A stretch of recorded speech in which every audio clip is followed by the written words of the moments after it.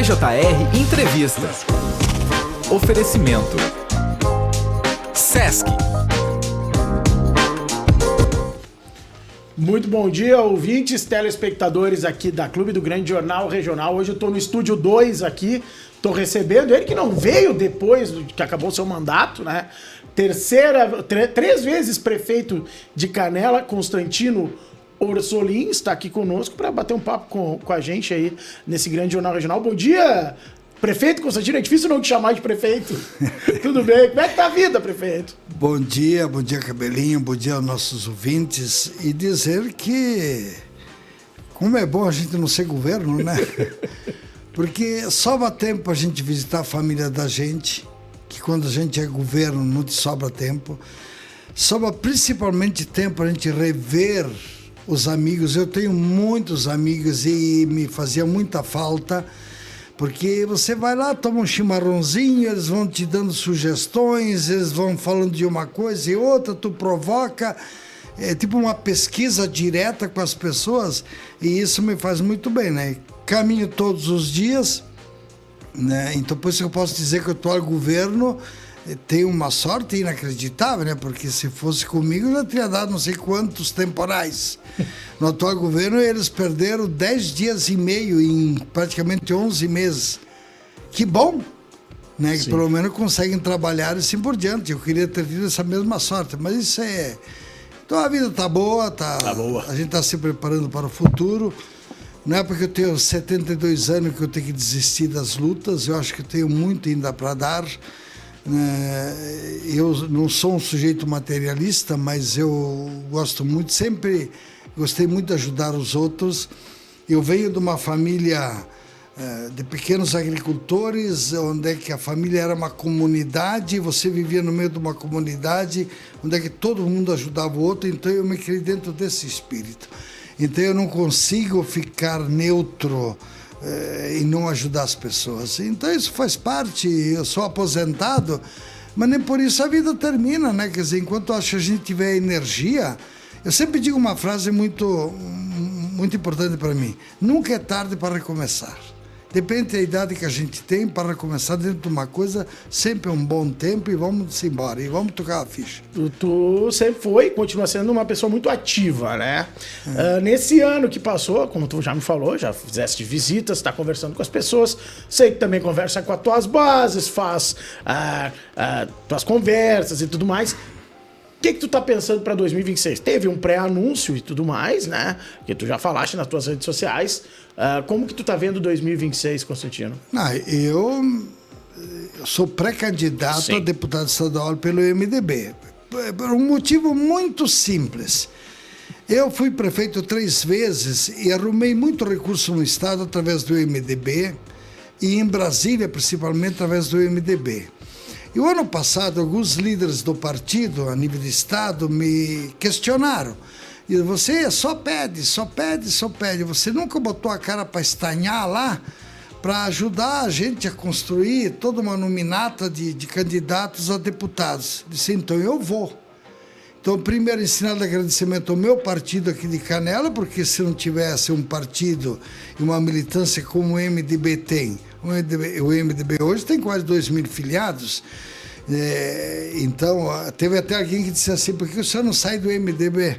Sim, mas se teve gente do MDB que cometeu erros, não é 2.000 que cometeram erros.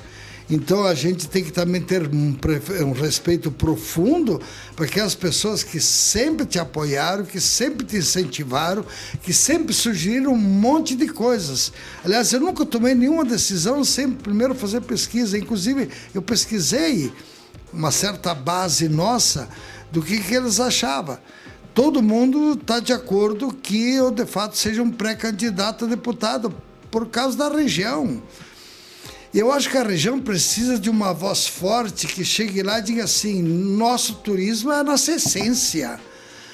O nosso turismo é a nossa economia, é a nossa sobrevivência. Agora, você não pode ter um turismo que nem o Estado tem hoje, onde é que a Secretaria de Turismo não tem praticamente orçamento. Mal tem orçamento para pagar os servidores. Então, onde é que está o dinheiro para fazer investimentos? Nós precisamos rediscutir todo o turismo, não só da Serra, mas também em todas as regiões do estado.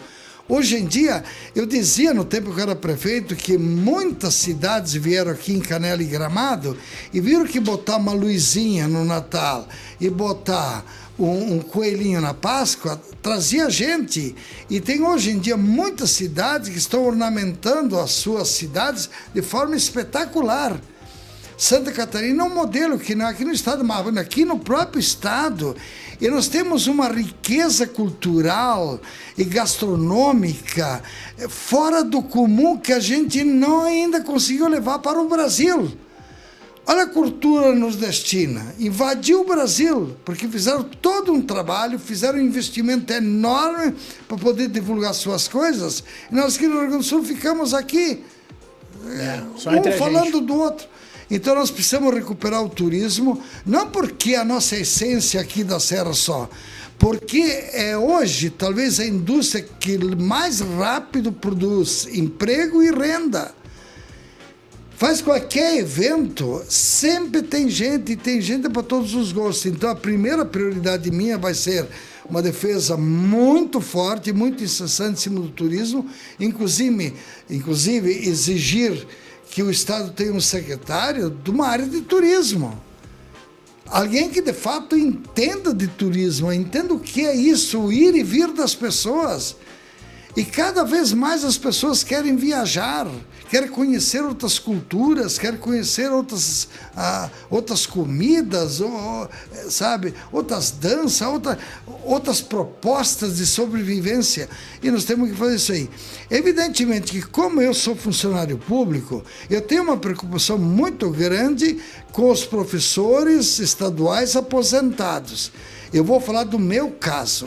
Eu, em 10 anos, eu praticamente não tive nada de reposição salarial. Minha mãe também é.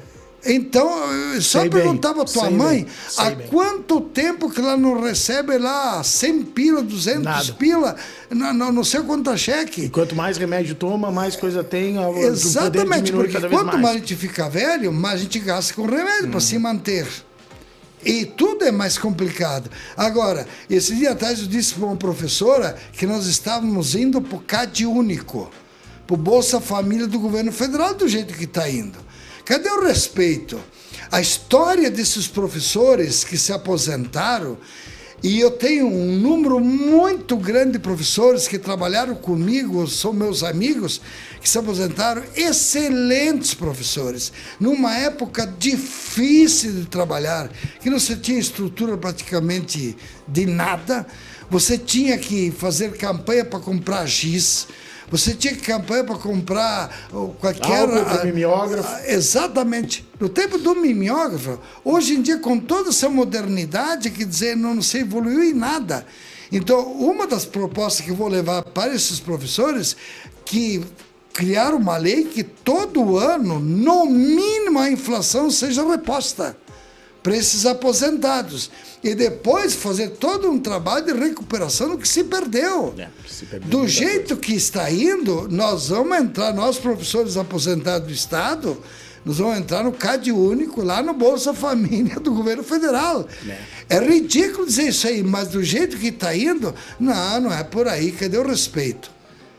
Essa gente que fez toda a história da educação desse Estado, e numa época que o Estado era ponteiro em termos de aprovações, em termos de qualidade de ensino, quer dizer, esse aí agora estão recebendo esse prêmio. A outra coisa que vão me preocupar é com o IP. A sua mãe também deve ter IP. Mesma coisa. Primeiro, para achar um médico do IP é uma luta. Você não tem nem mais posto do IP aqui em Canela. E na região, não sei se tem.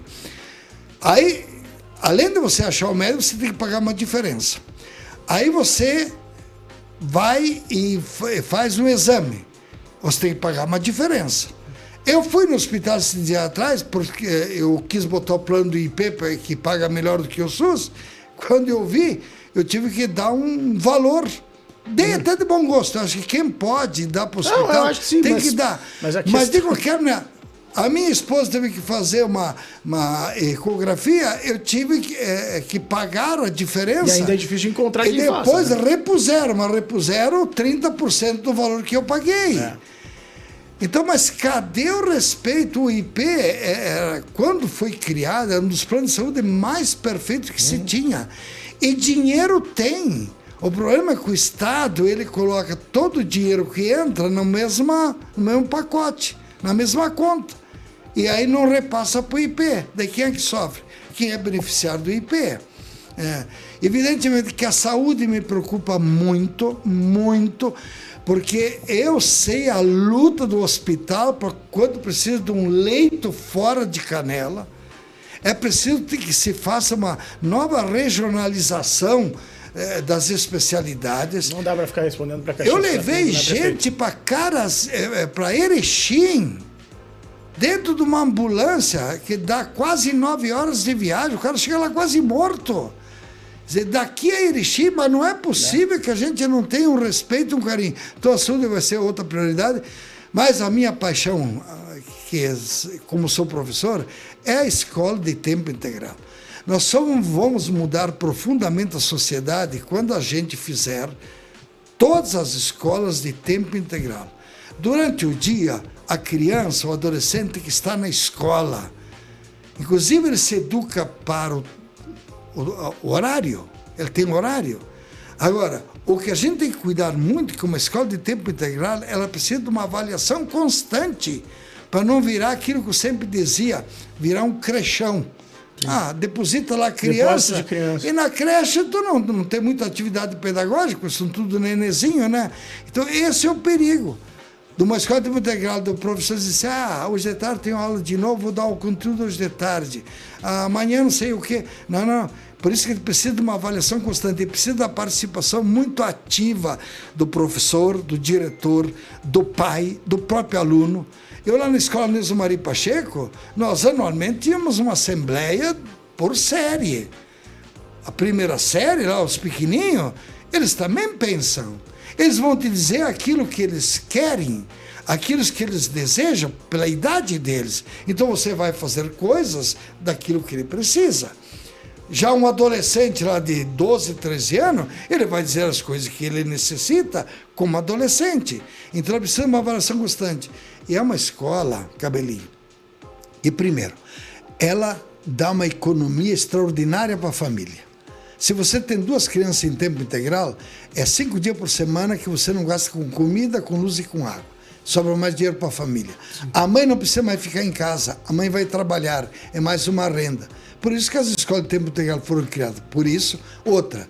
Hoje em dia as famílias têm poucas crianças, muito poucas crianças, poucos filhos, né? Então, lá o aluno de 6 anos vai conviver com alunos de 6 anos. De 8 anos com alunos de 8 anos.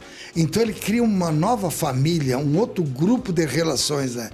Terceiro, a questão cultural, a questão esportiva, que essas aí são 2 atividades que tem que ser muito forte nessas escolas, porque forma o caráter, forma o espírito de equipe, torna a pessoa responsável, ela vai, na brincadeira, ela vai criando todo um jeito novo de ser.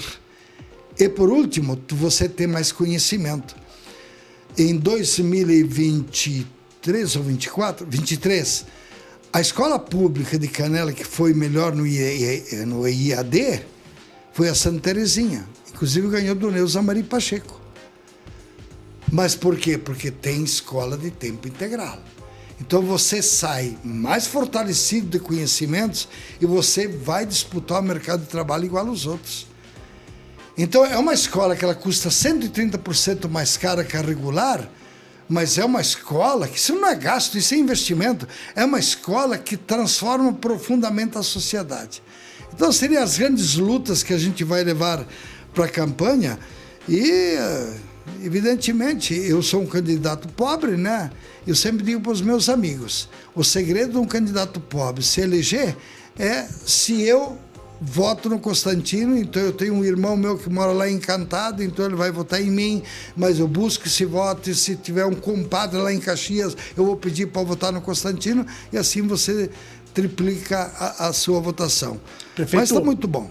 Prefeito Constantino, a gente vai fazer o primeiro intervalo, falamos um pouco das tuas ideias para o futuro. Depois eu quero conversar um pouquinho contigo, que é especialista na cidade de Canela também, né? Então vamos conversar um pouquinho sobre Canela na volta do bloco, pode ser? Então tá bem. A gente já volta. GJR Entrevista.